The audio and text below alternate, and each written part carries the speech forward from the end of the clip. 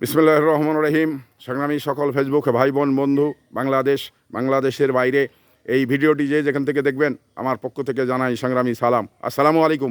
সংগ্রামী উপস্থিতি, এই যে বিএনপি ছাড়া অন্যান্য যে রাজনৈতিক দলগুলো আছে, তারা সংস্কার না নির্বাচন এ নিয়ে সামাজিক মাধ্যমে তুমুল আলোচনা সমালোচনা শুরু হয়েছে।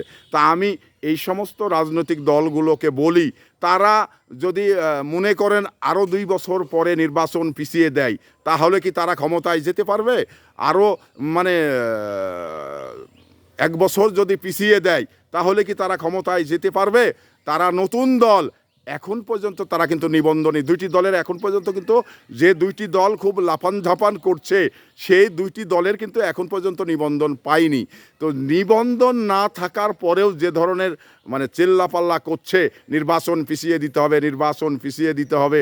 তো নির্বাচন পিছিয়ে দিলেই কি আপনারা ক্ষমতায় যেতে পারবেন? যদি ক্ষমতায় যেতে পারেন, তাহলে চেষ্টা করে দেখুন।